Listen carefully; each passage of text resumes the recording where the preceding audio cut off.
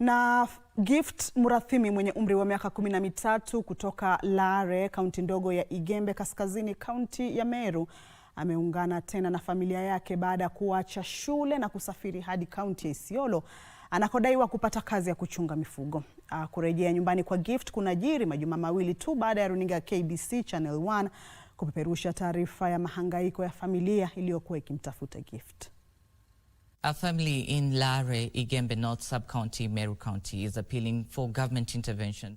Wakati runinga ya KBC Channel 1 ilipopeperusha taarifa kuhusu kutoweka Gift mnamo Jumapili Agosti tarehe 9 mwaka huu, ilikuwa taarifa ya majonzi na kukata tamaa kwa familia iliyotamani kuungana tena na jamaa wao. Gift Murathimi mwenye umri wa miaka 13 alikuwa ameacha shule na kusafiri hadi kaunti jirani ya Isiolo kutafuta kazi.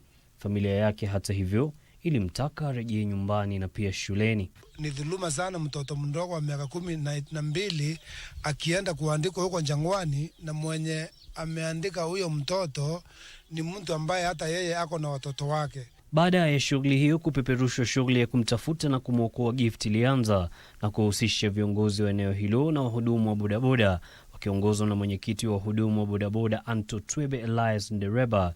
Juhudi zilifua dafu na sasa Gift ameungana tena na familia yake. Hatukuwa tumepata mafanikio, lakini kwa sasa tunashukuru Mungu kwa sababu tumempata, na ndio huyu mtoto amepatikana. Sasa yako kwa mikono yangu. Kwa tunaomba sivu na sabusivu na serikali ifanye uchunguzi, njoo hata huko huyu mtoto alikuwa inasemekana kuna watoto wengine huko wanateseka na si hata wanakaa mzuri. Kijana huyo ana hamu ya kurejelea shuleni na hana tena nia ya kurejea katika maeneo ya malisho.